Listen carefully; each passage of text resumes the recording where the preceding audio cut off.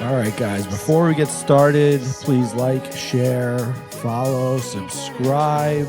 Don't Be Sorry, Be Better podcasts, season 3, episode 3. I have one of my favorite people, one of my Sag Harbor townies, Mr. Ryan Burnell from The Ryan Show. Welcome to the show. Good to be here, man. What's up, man? A Sag Harbor townie. Wow. I mean, I wasn't sure if I really fell in that category, but I guess I've spent enough time in town. I don't think I have the articulation to go with the Sag Harborian or however you say it. I think it's one of those things like it's, you know, upper middle class growing up in Sag Harbor. It's not a story that everyone gets to share being sort of, you know, such a small school. But welcome to the show. We've been talking about doing this for a while now, and I'm glad we finally we got it down. I've done so many contributing things for your shows. It's about time we get it on the other foot. Countless times. I've lost track of how many times we've done some radio stuff together. Yeah. So yeah, it's always a great time having you on. So it's good to return the favor. I appreciate it. So let's get the listeners involved in like how your journey started, right? So like when did you start creating like content? When did you like know that that's what you want to do? Well, I started creating content, really creating content, I guess like any type of entertainment. And I've never told these stories, probably 7th grade. Like everybody else, I tried doing almost like a Jackass type television show, but it was just filmed on a camcorder. And me and my friend Craig would do all these crazy things on camera, really debaucherous things that are very, very nasty. And as a father of 2 boys, I hope that the karma is not returned. Things like, for instance, we hid up in the woods, we filled a monkey, we weighed a stuffed monkey down, covered it in ketchup, and we climbed some trees and we'd throw it at a car, like really, really immature, horrible stuff, but we'd film it. And then proceeded to evolve that craft to 9th grade when I convinced, and I never told this story either, I convinced the principal, and obviously I had some type of learning disability, but I convinced him I had, I guess, a bigger learning disability than I might have had, and I needed to record the classroom. So I'd take this little Macaulay Culkin-esque recorder from classroom to classroom and just be bad and just film different crazy things and antics that I was doing. I don't want to drop any names, but, you know, let's say the Spanish teacher. I think we can all remember this, the Pearson Spanish teacher, and all types of, and essentially create comedy. We could shout him out. I don't think he works there anymore. He's probably retired by now. I feel so bad, the amount of horrible things we've done to this man. The last thing we need is to get him viral in any capacity for the wrong reasons. But yeah, all that stuff was recorded as an audio recording. And I look back now and I think, wow, those were the original days of the Ryan Show. Me just entertaining my friends and whoever was around me live with this little handheld device in inappropriate ways. That's so funny because to be like, I'm a little bit older than you, so obviously like we didn't like go through like school together, but like I was doing the same stuff. Like me and my friends, like I had a camcorder and I was literally recording like everything. Towards like the end of high school, I was recording like entire like house parties. And like it was just like I'd set it up in the corner like on the deck and people would like come in and out and like basically doing like confessionals.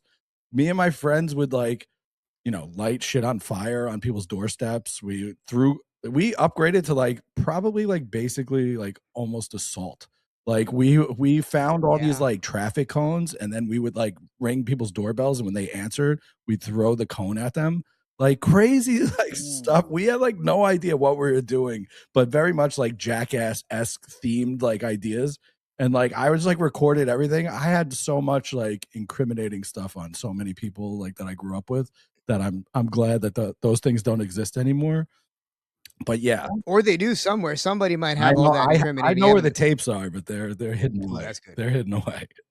That's good. Yeah, the old cassettes. Those things are hard to even really read. You got to go through it to even view some of those things. Oh yeah. But yeah, I've definitely got some. I guess they'd say cancelable offenses. Yeah. Recorded from my early days. Yeah. So when did it become like a structured thing? When did you decide that, hey, you know, I've always had this interest in like creating content, you know, I've done it at a young age. Now I want to like create a show or, you know, something like to that effect. Well, I never looked at it as creating content back in the day. Yeah. I just looked at it as, you just monkey see, monkey do, I guess. You know? But it was around the time of another story I don't think I've actually told was I was a big fan of the old school shock jocks like Howard Stern and Anthony Cumia, Opie and Anthony show back in the day. And I remember Anthony Cumia got fired for being racist, saying terrible things, gets fired from Sirius XM. And the show that I was listening to in the morning got canceled. I said, hey, I saw Joe Rogan doing a podcast. I was one of the early Joe Rogan listeners back in the day. And I thought to myself, hey, why not start something like this up just because I now have nothing to listen to? And that might have been 2013. By 2015, I actually did it. I was working at Yamaku. Shouts to Yamaku, the sushi restaurant in Bridgehampton. I was making sushi. Sanato, one of my best pals in the world, he allowed me to use the space. I said, Santa, you know what? I'm about to drop a bunch of money on recording equipment. And this was, I didn't want a podcast because it was just when, believe it or not, everybody was even starting to make podcasts back in 2015.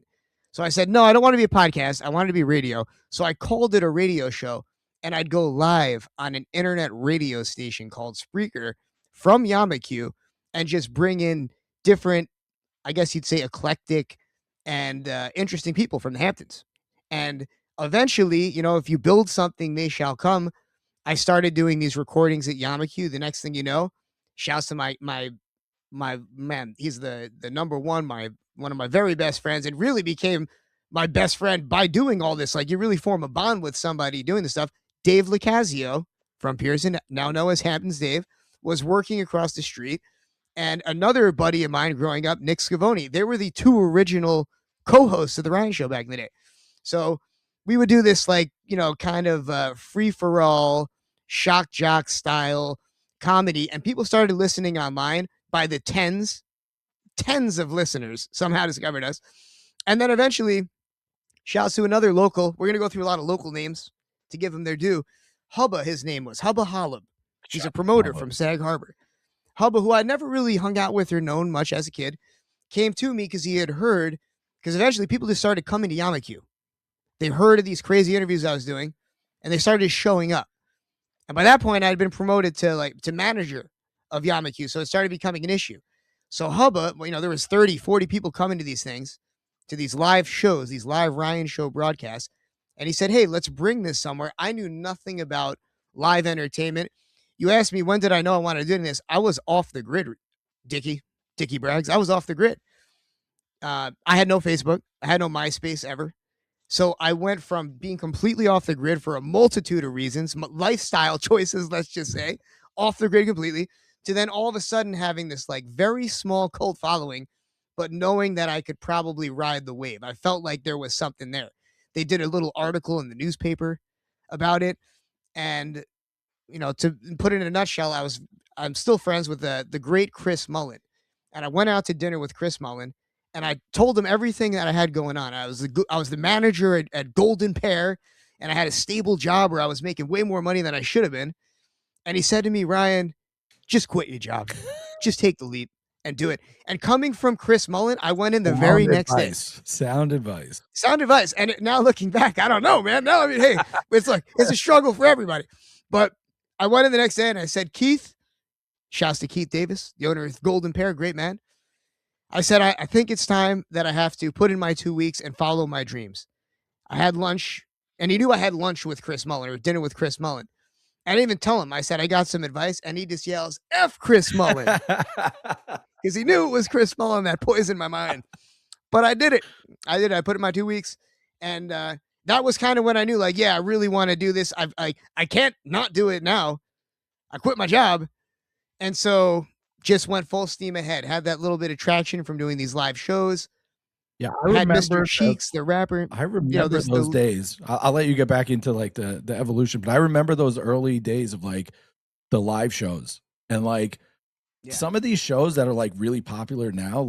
You were doing exactly what they're doing, the Kill Tony show, the updating show. You were doing these live on stage, blind dating, game show style things. You were doing these things back in 2015.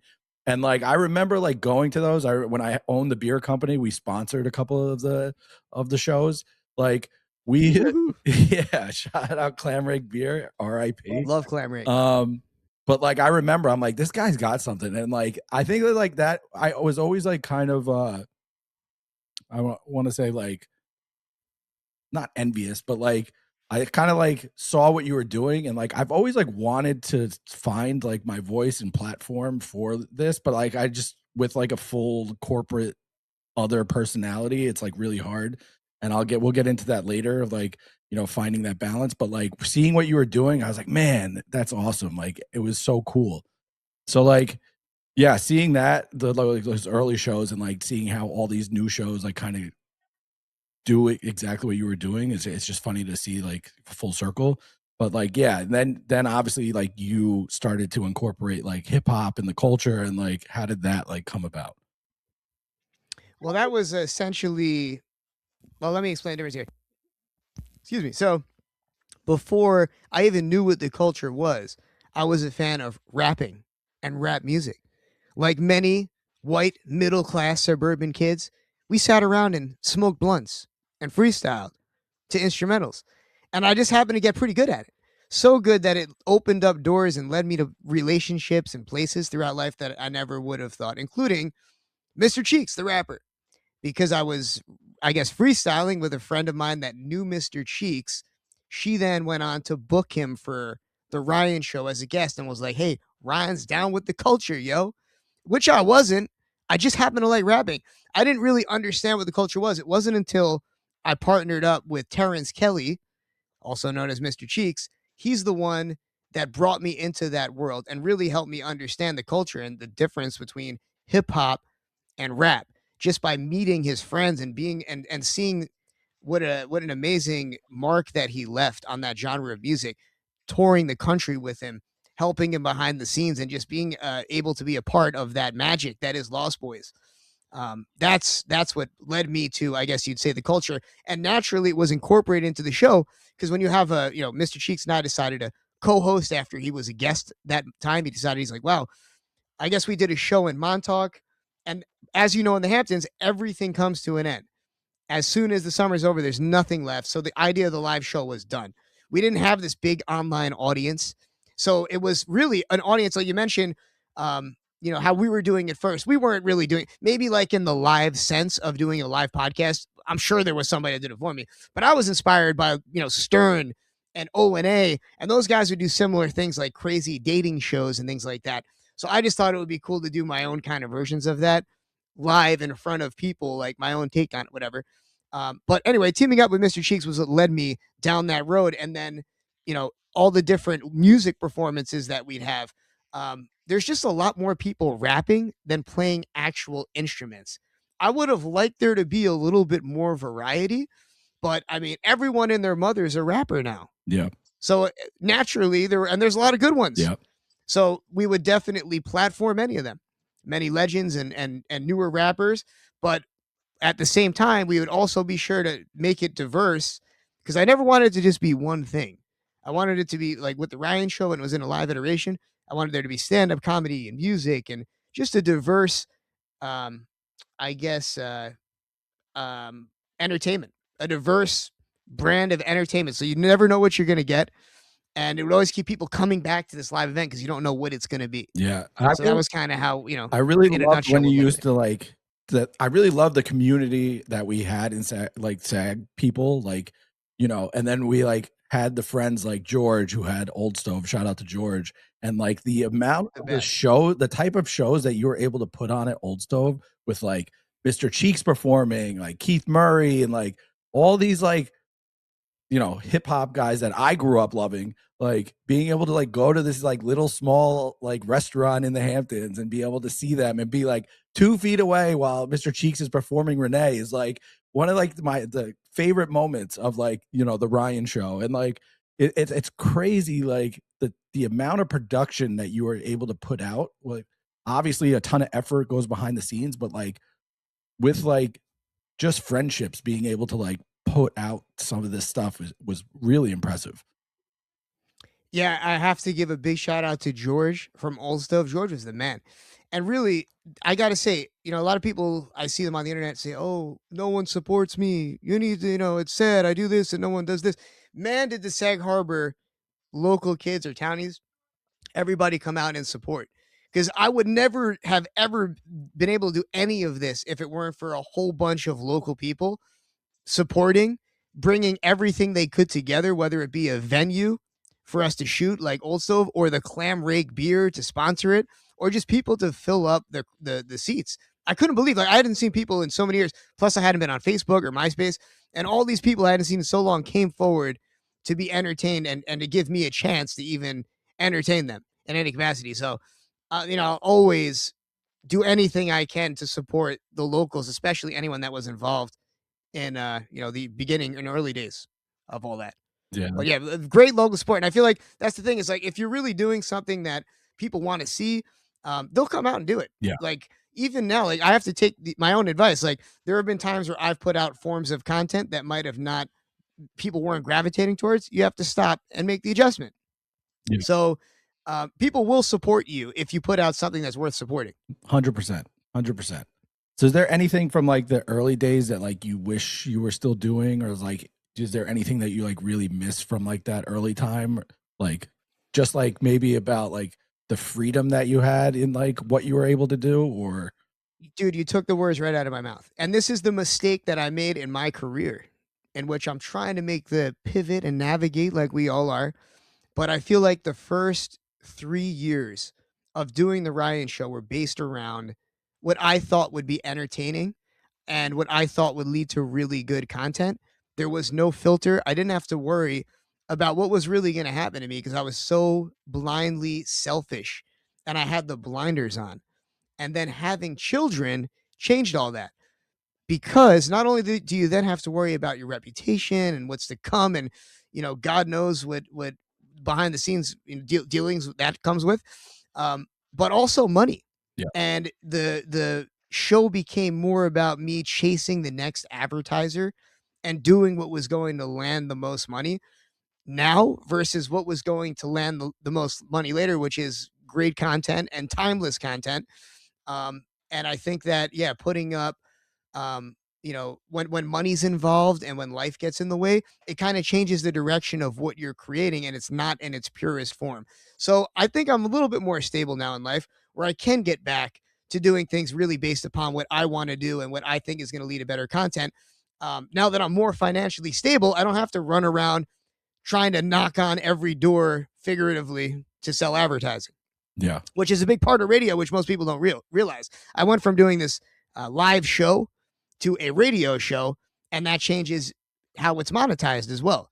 yeah. So yeah, that how that, did that freedom, like you said, is what I miss. how did that pivot or evolution happen? How did you go from hosting these live events, doing this, kind of uh show where you had complete creative control, to now like being on a platform like Fox, being on AM FM radio? How did that like transition happen? Well, that happened also because of our relationship with Mr. Cheeks. This is another story. I'm not sure if maybe I've told you this, but we were doing this live show, and at as you know, the Ryan Show FM was this live broadcast. We moved it to this really sketchy place called Tavern Lounge, and it was sketchy, but it was beautiful. I don't know if you had ever been to that venue, but it was run by where was that one at? it was in Queens. Okay. It was in Queens on Jamaica Ave, and it was run by some scandalous people, let's say, and really great people. Shouts to them, man! Some of the best times of my life. But it was the first like party of its kind. Now, this is what I can say. I can't say that I was the first to do this or do that, but to my knowledge, this might have been the first time that I had seen anything like this happening. It was 2018. They were throwing these weed events in New York City over the past few years, like as it became legal. You go to warehouses and there'd just be 50 vendors, people doing this. It's like a whole subculture within weed. Well, our live shows, without meaning to, just because I was trying to make every dollar that I could, always a little savvy as an entrepreneur, we had stands set up in the back at these live shows, and it was like an apothecary, the amount of crazy things that you could buy there, all set up as stands. And yeah, it was, so you go inside, it was this whole big show. Outside was that. You could only get away with that at Tavern Lounge because Tavern Lounge had police protection up until one fateful night. a night. And, big shout out to Hollywood Play. He was another guy that really helped push forward the show. And it's really dark, horrible stuff that this direction's about to go right now. But Hollywood Play got murdered at Tavern Lounge, not during the Ryan show, thank God. But yeah, horrible, horrible stuff. He got murdered at Tavern Lounge, and it shut down Tavern Lounge permanently. Oh my God. They put an axe on it. That same week that Hollywood Play, who you might know from Love and Hip Hop, got murdered at Tavern Lounge, we got picked up by 98.1 FM in Boston. They went to Mr. Cheeks and said, Mr. Cheeks, we see you're doing this big, crazy show. We'd love to give you your own radio show. And it was there that Mr. Cheeks said, nah, kid, I don't want my own radio show. I want to make it the Ryan show. And because of that blessing and that grateful layup by Mr. Cheeks, we took that 2-hour radio slot in Boston, created our own format for the Ryan Show FM, as it's called now.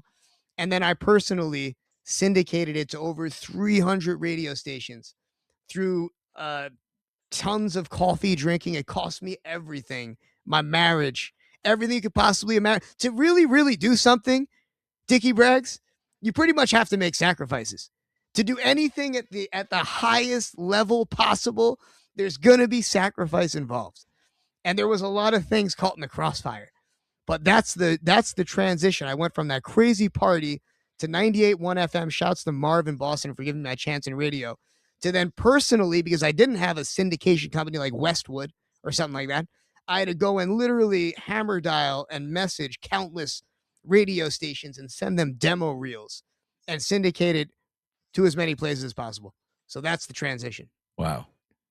So how did you find your like radio voice, right? So obviously doing the live shows, it's chaotic. There's really not like a organized format. And then going to like radio where it's like, okay, you have a 10-minute segment, then it's a break, you have a music break, you have a commercial break. And it's like, how did you find that happy medium from like the chaos of the early Ryan show to like what it is today? That's a good question. I guess I kind of naturally always wanted it to be more structured. And one of the hard parts about the live show was that it wasn't as structured as I would have liked it to be. And when you're forced to be structured with FM radio guidelines, it kind of puts everybody around you in the crosshairs to like, you got to do this seriously. You can't talk over each other. We can't curse. It kind of forces you to become a broadcaster versus just being, not even a variety host, but essentially like I felt like almost a ringmaster. Yeah. When I was doing that live show, it was almost like a radio circus more than a structured variety show like Kill Tony. And that's exactly what I would have wanted, but things just slip away. And then there's drugs, alcohol, Tavern Lounge, apothecaries outside, strippers and crazy things inside. It really evolved into a debaucherous thing. I was really happy getting the radio format also because it gave me kind of a chance to reset in life. Throwing a live party that's this spectacular, crazy, what show every week, it takes a toll on your brain. Yeah. And your brain cells. Yeah. It really I mean, does. I've been to some of those live shows that were circus is a great way to describe them. I remember, the product table on the side in the dirt at Old Stove. Like, I remember like, oh, come here, let me introduce you to so-and-so. It is like some 90s famous rapper. I'm like, oh my God. It's like just casually just hanging out in the yard, smoking a blunt. I'm like, what is going on? I remember like that, the chaos. It was so fun, so much fun like during that time. But obviously we're a lot younger and like, it's just also a different time where like, everything now gets put out. Like everything is considered content at any given time. And that's like, a hard thing to like separate. I obviously you have kids, so like you obviously want to like make your imprint a little bit different than it was. With me, like I it's hard because like as much as I am enjoying like this content creation and like I'm trying to like also not get that big, whereas like I don't want too many people to know who I am because of my corporate life. And I'm getting to like a point where it's like I need to make a decision, and it's like either commit to this content and like become Dicky Braggs forever, or go by full government name and try and really like evolve my company into like, this massive like corporate, big business. And like I don't know how to like I don't know which way. I have one foot in on both sides, and I know it's just really hard. You're doing it the right way then. Yeah. I think that's the move is to do it like I would separate if I were you, because for me personally, I had no choice. I had no choice. I was either going to be working in restaurants and wanting to drink myself to sleep every night, or I had to think of something to work. I had nothing to lose at the time. I had no kids, nothing, no corporate, like anything. So for you right now, if I were you, I'd say ride that corporate wave out as long as you can. And then when you can't hide Dicky Braggs from the public anymore, then it all just figures itself out. I feel like I've done a decent job with it. If like for with like search engine optimization. So like if you Google my government name, like none of the content comes up, thankfully.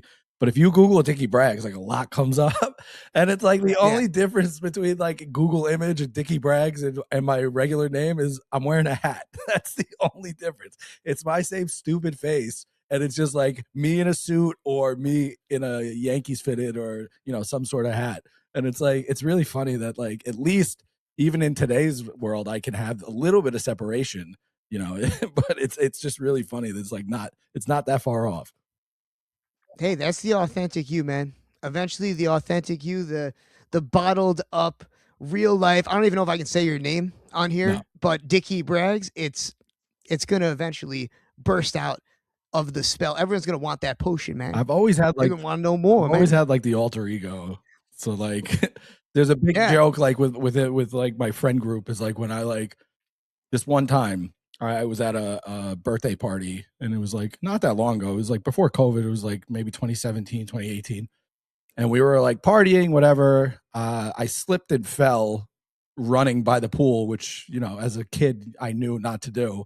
And I literally cracked my head open, knocked myself unconscious, No. like out cold. Like people thought I was dead. So they called the paramedics. Paramedics show up. I refuse. I wake up. I refuse, obviously, treatment. I'm like, no, I'm fine. Cops come. They're like, what's your name? And I tell them my name is Gary Rogers. And then the cop looks at my friend and he goes, "Is he fucking with me?" He's like, "Yeah." And he's like, "What's your name?" Whatever. But from that point on, like my other alter ego was Gary Rogers, and it was like whenever I was like getting like too crazy, they're like, "All right, Gary's out. Gary's out." And it was like a funny thing. So like That's great. it's funny that like Dicky Braggs has always been like kind of like amongst like my friend group, like they've always like kind of called me that Dicky or whatever. But like to I thought you were gonna be Dicky Braggs to the cop, and that's where it came from. No, That's great. Though. I've been called Dicky Braggs since high school, Braggs, Dicky Braggs, whatever. And it just kind of like stuck, with my nieces, they call me Uncle Dicky. It's just one of those things. I've always wanted to be like a fun thing, not like, my full government name and like, the nicknames just kind of come. They're just like, Yeah. but yeah. So it's like it's to be able to get this itch out of like my personality to not have to be so buttoned up and so politically correct and so, worried about image. Whereas like I could kind of be this other person. It's like really fun for me to separate it and be able to like the way I make fun of it because I haven't figured out how to monetize this thing yet. But like, and I don't know that I will, or if it happens, amazing.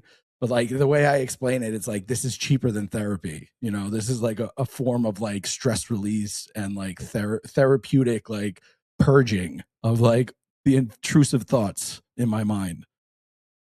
Yeah, that's what this is for a lot of people is therapy. 100%. I don't know if I share the same feeling for myself because, like, see, I never had it in the same way, but I full on understand. I've seen other people that start podcasts feel the same way, especially those that are corporate people and have to essentially wear a mask and just be a person that is meeting the needs of everybody else except for themselves to make everybody else happy but themselves. Luckily, I'm way too selfish for that. Haven't had a real job in years. So, but I fully can see We where that love comes in. that for you. And that's why we love the Ryan show, and that's why we love what you do.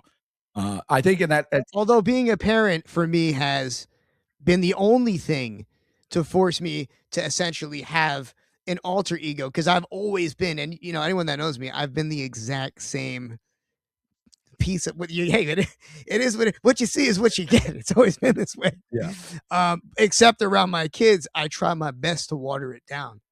I try to be like one of those 1910s dads, Yeah. with the like with the crosshair. What are those things called? Those with the pipe and the robe. I try to like be like an old wise dad as best as I can. Take off the old Mexico jersey and put on the patchwork, you know? Imparting some I real do my wisdom best. on the youth. Yeah, I hear you. Yeah, I think yeah, that's awesome. I mean, evolution is inevitable, right? And especially when it comes to like growth and maturity as a person, but also when you're like in this content creation game, it's like you kind of like figure out your uh avenue and you kind of like mold into that and kind of like figure out what works, what doesn't work. And I think even in like this small platform that like it's evolved so much in like the 3 years that I've been doing it. Like I was doing it with like one of my childhood best friends and like one of my other very good friends, and like time and schedules and everything got so crazy. And then coming into season three, when I really like wanted to continue, I just knew I had to like change the platform so that it could be more of like having guests on, because we, with three people already on the show, it was really hard to bring a guest on because, there's so much to try to navigate with like you want to give the respect and time to the guest while also like letting the personalities of the show like kind of play out. And it's just finding like that the thing that works. So I think this season three with like having guests is going to be more casual conversations. I'm excited to like kind of build on that and kind of like kind of see where it goes. Obviously, I'm still gonna try to figure out how to get Theo back on, get Ronell back on, but like, for right now, like this is this is the evolution of the platform, and I'm happy to be able to bring people like yourself on who have been instrumental in like my content growth. Like, how did you like get into like the sports side of things? Like, obviously, you've always been like a sports nut, but like, was that just like a normal progression for you, like a natural progression? Well, not really. I did interview plenty of athletes over the years, but it came from and still does come from just an extreme fan perspective. And I try to usually when I have athletes on, not talk, talk about other stuff. Get some, facts out of them to learn more about them in ways that you might not have understood them before. Like when I had Mike Vick on, it wasn't all about football. When I had some of these like big names, you think, oh, it's just going to be about football. I try to like take you on the ride, ask some questions, especially with like wrestlers. I have some wrestlers. I had a great interview with Sabu, who just recently passed away. And it wasn't all about wrestling, try to go down these rabbit holes and get the questions that people might not ask him. And Um, was that just from like but fandom? You knew like kind of the stuff that he had dealt with, or like the outside of the show kind of dealings that like you were more interested in to be able to ask that?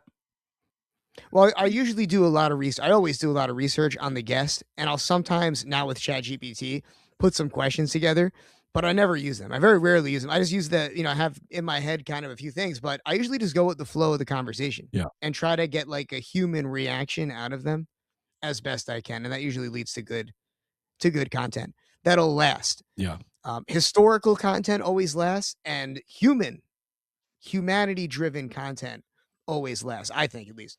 yeah. So the stats say. I mean, yeah, I would. But how did I get into sports? Because into like Fox Sports Radio was because I was invited as a guest. I never planned on doing an actual sports radio show, but the great Nate Brown Jr. invited me on as a guest through a friend, Frank, that owned an online radio station. He said, hey, I've got a guy that would be a good fit for a guest on the show. He talks a lot about baseball and basketball.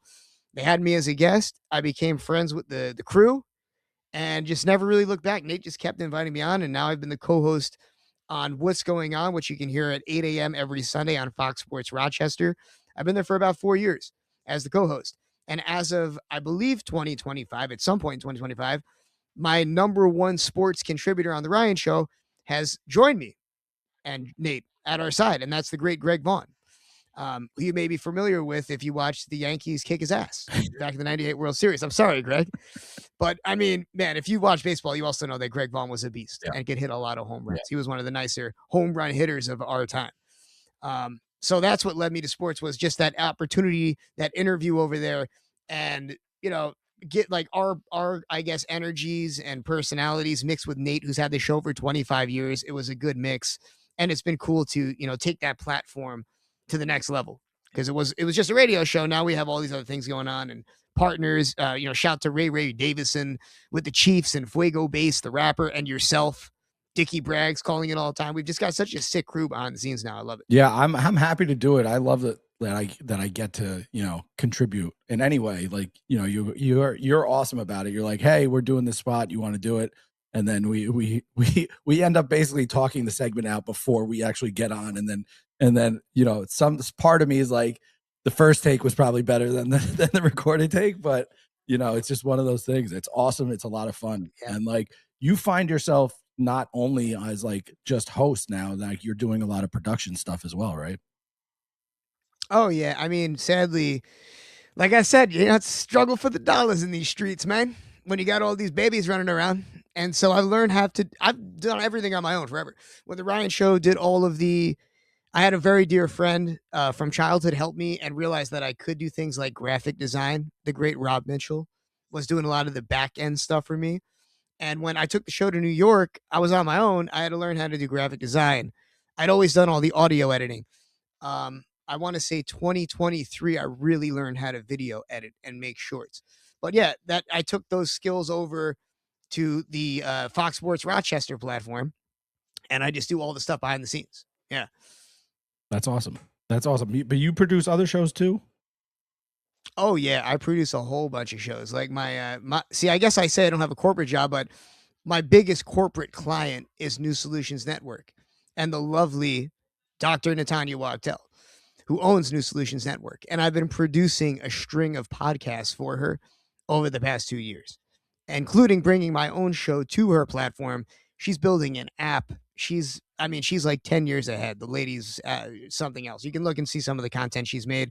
She's a very, very smart lady. She's building AI. She does it, for a living. She was one of the first people to do anything with AI, mental health apps connected to AI, things like that. Stuff that I'm not sure your audience would really care about, but I'm sure they all need it. Yeah, like I mean, they should definitely check it out if they feel like they need it. I don't think they're coming to me for their therapeutic advice. That's for sure. Yeah, look, it's really cool. Which she's using content as a form of therapy, much like how you're talking about, but essentially categorizes this content that we're making by different feelings. Like, say you're grieving, well, then you look up grieving, and a bunch of different podcasts and live content comes up in clips. So it's kind of cool. I'm sure there's some other people doing something similar, but she's got her own take on it. So that's cool. Like, that's what, all these different things I do, right? One of the things I do is essentially up brand.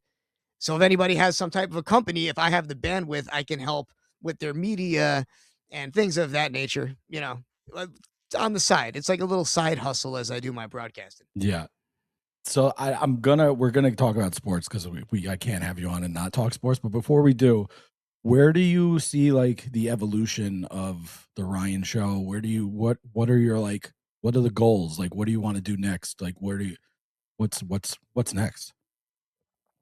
Well, the next iteration of the Ryan Show, I've yet to figure it out. Right now, we are essentially trapped. Every week, I have to put out 4 hours of content.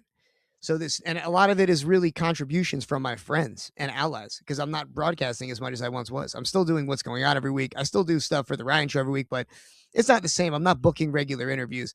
I'm kind of waiting to come up with the best formula that's going to help me put out the best content that I can.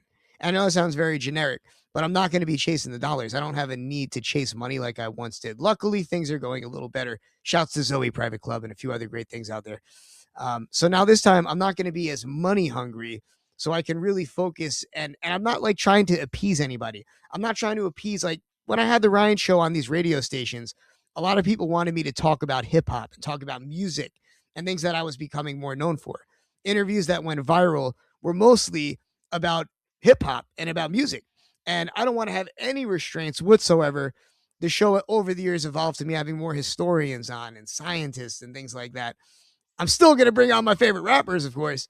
But I want to wait till I get to the point where I have that formula to just crank out nothing but the best content. And I think we're almost there, Rich. I think I'm almost stable enough to put out that next iteration of the Ryan Show. We'll see what it is, though.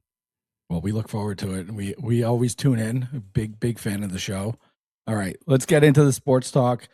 I know you're not a Knicks fan. The Knicks run's been fun, but how does one become a lifelong Clippers fan?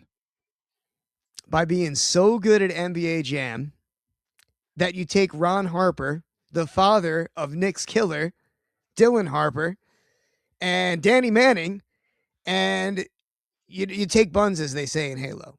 Let me tell you, I was unstoppable in NBA Jam. Those that know. And I was such a big Yankees fan. You know what it is? It's that so many Mets. There's three layers to this, Rich. The first is the colors of the Knicks. The first sports team that I was ever obsessed with and really loved, and first sport was baseball and the Yankees. Everything else came after. So when I discovered basketball, I couldn't stomach rooting for a team that looked like the Mets. And most Mets fans are huge Knicks fans. The last thing I want, I'm going to just, before I get off on this rant about why I'm a Clippers fan, the last thing that I want is the New York Knicks, which is so many Mets fans and so many fans of teams that are not the Yankees. All these people, for some reason, don't want to be fans of the evil empire. So they find, like, I've got Mike Chase and random Sag Harbor people, fans of the Red Sox. What the hell's wrong with you people? I don't want to see the Knicks bring a championship to New York before the Yankees bring another one. I don't in any way want to see the New York Knicks bring a championship to New York when the Yankees haven't brought one since 2009. Hell no. I'm rooting firmly against the Knicks. And it's only because I want the Yankees, or one of the main reasons, because I want the Yankees to bring that chip here first. I want people to say, "Oh, the Yankees don't win anymore." Even the Knicks got one before the Yankees. We'll get one. Get one in the same. We'll get one in the same year, and my life will be fulfilled. See, I never correlated. I'm the biggest sports nut of all time, but my Yankee fandom and my Knick fandom, like I never looked at the Knicks colors and was like, "Oh, that looks like the Mets. I can't root for them." I remember being a little kid and going to New York Knicks basketball camp and meeting John Starks, and like I've just loved the Knicks, and those colors don't even Mets don't even trigger any response because it's such like a minor league non-caring team. Like I don't have, they don't affect my mind whatsoever. It's like Yankees, Knicks, those are like my top two beyond, but I'm one of those weird New Yorkers that's a Cowboy fan as well. So I'm all messed up. Yeah, see, once again, you grew up watching the greatness of the Cowboys. Yeah. So that's kind of understandable. For me, it was the opposite. Because I was such a diehard Yankees fan, I had to pick a team that nobody knew about. I wanted to be different, right? I always was like, I'm going to pick a team. And I was so good at NBA Jam that I'd always pick the Clippers to whoop ass. And so I just you know what? I'm a Clippers fan now. And from that day forward, in my own little 7-year-old head that I was kicking ass in NBA Jam, I decided I'm going to run it to the grave. Have you passed? I'm going to be a Clippers fan. Have you never looked back since down to your children?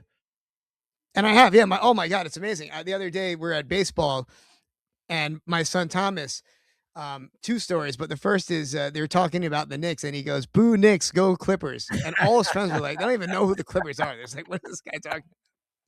I love it. That's awesome. But yeah, and Thomas himself said it out of his mouth as we're getting the Bulls uniforms. The Bulls colors are orange and blue, and maybe Thomas had heard me tell the story in the past, but as we get the colors, all the kids are excited, except for Thomas, because he goes, "Oh no, it's the same color as the Mets." And the coach goes, the other coach, he goes, head coach, I say, goes, "Oh, well, don't worry, Thomas. It's the same color as the Knicks." And he goes, "Well, that's why we're not Knicks fans." It's a sharp response for a 6-year-old. That's extreme. And he's right. Yeah. He's right, though. But I remember being that same age, and I couldn't get with the Knicks for that reason. I remember my cousins that were Mets fans. They used to piss me off. I'm one of those Yankees fans that hates Mets fans. And I'm sorry, most Mets fans, there's something off. Yeah. But there's something off. I think with Mets fans is listen, they're 10 games below 500 as they sit right now, right? And they're still, if you talk to them as a Yankee fan, they're like, "We won two out of 3 against you guys this year." It's like, you're in last place, pal. You don't even register in my mind of worry. And you're the Mets. You're celebrating. The Mets keep Metsing. Yeah, you're celebrating. They literally have a term, Dicky Braggs, for how Metsonian they are, and they say the Mets are Metsing, and what they're referring to is they're making horrible decisions. The players don't care about the franchise. The fans are a bunch of baboons. Oh, I'm sorry. I'm just over Mets culture. It's just too funny. I'm like, you celebrate moral victories. Participation trophies have never been more relevant than being a Mets fan. It's like, oh, well, we have the best record in April. It's like, it's 162 games in 189 days. having the best record in April doesn't even ensure that you're going to do anything. Look at you know what I mean? It's like I've always loved like the trash talking with Mets fans because they come out in an early part of the season and they are the biggest voices. But somewhere around the end Yep. of July, August, you don't hear a peep from them because normally they're sitting at the bottom of the league and they're like, or they're fighting for a wild card spot. And they're like, this is our year. It's like, no, it's not. It's not your year. It's not your year. You've been rebuilding for No, 30 years. It's not your year. no, it's not. It's you can't just gaslight us, Yeah. Steve Cohen, The original and all you gaslighter. Mets fans. He Yeah, no, doesn't it's care. terrible. He realizes that I think a couple years of ownership in the league, he realizes the economics of owning a team aren't as awesome as he would have thought. And now it's just pumping money, pumping revenue because it's, you could spend as much money as you want. Doesn't mean that you're going to get the product that you want. They have one of the highest payrolls and the results don't show that. But obviously chemistry is a huge part of what you need to build a successful team. But like his whole thing is getting people to Citi Field. And now with the casino that he's building, it's going to be a year-round attraction, and that's all just pumping to pump revenue. So he obviously sees the economics behind owning a team aren't as amazing as one might have thought. And now he's like, how do I squeeze every dollar out of this? Like the true finance guy that he is. Yeah, and he's one of the best in terms of like actually understanding finance. He didn't inherit it, to my knowledge, right? He earned it, and that's the whole thing. Is like you look at the most successful organizations now, and not just sports, but any business. It's not one owner; it's a partner group of extremely wealthy individuals. So whether it's somebody that's opening a hardware store, you don't hear of like mom and pop just opening something up anymore. Yeah. On every level, it's some type of a partner group with that can lose the money and can invest so much money that it actually works. And that's what you see with the Dodgers. They can just spend so much money putting it out for so much further down the line. Yeah. It's all just basic economics. Yeah. It's why so many kids dye their hair blue and call themselves communists. I'm not saying that's the answer, but it's like, Yeah. I mean, the rich get richer. professional team ownership has now just become a line on the balance sheet. It really doesn't hold the weight that it used to from like the Hines family or some of these like old blood like team owners. It's all transitioning into a private equity group or a hedge fund Exactly. group. It's all institutionalized to now just be a line item on the balance sheet. Exactly. I wonder how do you think that's gonna impact the culture of sports? Uh that's a good question. I mean, honestly, I really don't see it from a product standpoint. I mean, it's always been entertainment driven. I mean, if you look up the organizational docs of any league, it's written as an entertainment company, much like the WWE.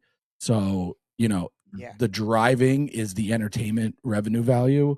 So I don't see that changing. Behind the scenes, I mean, you're seeing a lot of stuff, and you could point to, the current CBA negotiations going on in the MLB. The owners themselves are pushing for a hard salary cap while also having a spend limit so that, these lower teams can't just underspend and spend no money on their team and just pocket the revenue, while also taking the checks from the highest spending teams and getting, that revenue share. But from a player's perspective, only thing a salary cap does is limit how much a player can get paid. Because if you don't want to take the highest salary from, say, a losing team and you want to play for the team you want to play for, then you have to give concessions on your wallet to be able to fit into a salary cap. So I see both sides of it. I don't know how that's going to shake out, but if I had to guess, I would guess there's going to be some sort of work stoppage coming.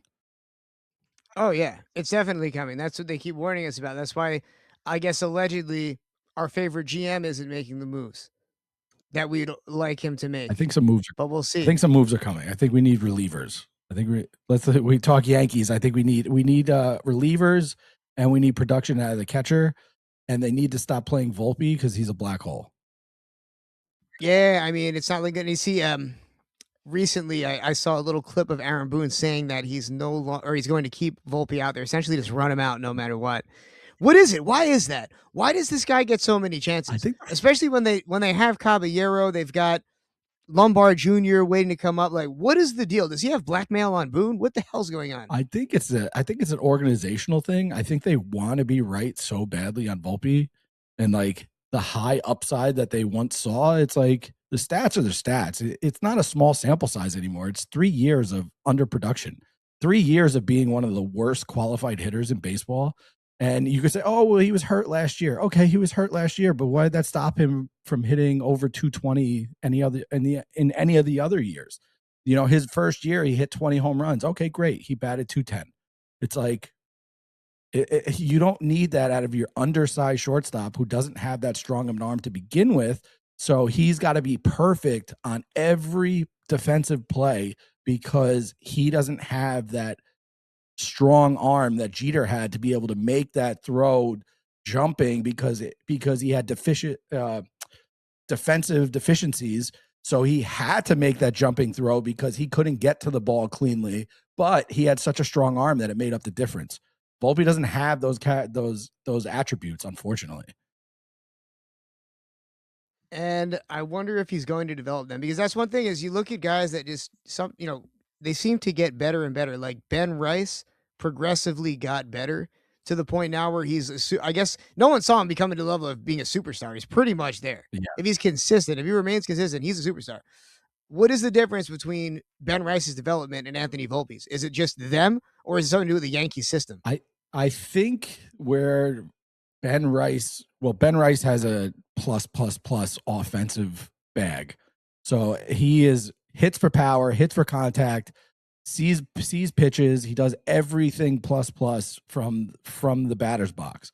I think the other side of it is when he was coming up, they were looking at him as a catcher, and knowing the wear and tear and the mental gymnastics that the catchers have to play with framing pitches, and that moving him to first base probably alleviated a lot of that overthinking for a young player, and it simplified it to, hey, I do my job at first base. I do it well enough to justify being out here every day. But when I'm in the batter's box, I'm better than 2/3 of the league. And I think being able to simplify your approach, I think obviously bodes very well for young players. So I know that I know you probably got to go soon, and I don't want to be the one asking the questions here, but you're such an expert on all things Yankees. This is why we bring you on to what's going on, because you really know your stuff. I love But how the I love how Yankees, the interview just switched to now you're I'm so sorry, it's right back to what we normally do. But I got to ask one more question. Austin Wells is just a black hole, and I thought he was going to be so good. Another guy like Volpe, I thought he would be better than Volpe, judging by how he actually played the first like couple years. But he's another one getting progressively worse, at least at hitting. I mean, what do we do? Do we go and trade for somebody at catcher? Because I know Ascara is now, they just recently, I guess he's back up, but because Wells was hurt, but they pushed him back down. So what is there? Is there a major problem at catcher worse than the bullpen? What are the Yankees going to do to address it? Yeah, I think a trade is something that they're gonna have to do. You need somebody that a right-handed hitting catcher. You can't have like your depth of catching all lefties. I know they brought up Ali Sanchez. I don't. That's only out of necessity. I don't think he was lighting the world on fire in AAA. Obviously, Wells is down with an injury. Maybe that's more of a mental reset that he needs and absolutely needs, because he just looks lost at the plate. And it really doesn't make any sense because his approach in the WBC, he was hitting and he looked great. So like, I don't know how it hasn't carried over. Maybe it is a lingering issue that's kind of been affecting him, and he's been quiet about it because he doesn't want to get pulled. Obviously, none of these guys do. They're the overly professional type. They want to be out there every day and they want to be battling with their teammates.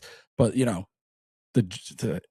it doesn't bode well, especially with the Judge injury, that he tried to play through it for 2 months, which ultimately we lose him for at least 2 months. It's one of those things where you should have said something early, sat 10 days, rested, got it better, and then went out there fresher to be able to deliver. But I think a trade is ultimately imminent for a right-handed batting catcher.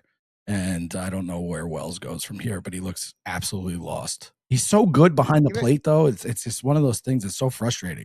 You didn't expect when you traded Jose Trevino, right? Who was relatively no offense, but a platinum glove behind home plate. and you're like, all right, we're going to be good because we have Austin Wells, who is a big bat and a very good catcher, like defensive catcher. So you thought that you were getting the whole package, but now he's I would take Jose Trevino's offense right now. Oh yeah, I'd even take Higashioka. There's a few guys at this point. I mean, there's a former bunch of catchers. Yankee prospects that are now catching in the big leagues, and that's that's good to see. Tanner Swanson's doing a good job, but apparently the offensive side of it for Wells has been a struggle. So, On all these injuries, they blame the Yankees for hiding injuries. I see media always blaming the Yankees for that, but that's just athletes. Athletes don't want to admit that they're hurt. Oh, They're of course trying to not. get every dollar they can. Their mentality is to play through pain. Yeah, None of these guys are wussies. yeah, So you can't really get mad at these organizations for not catching on any sooner because these guys are naturally not going to admit it. yeah, 100%, So 100%.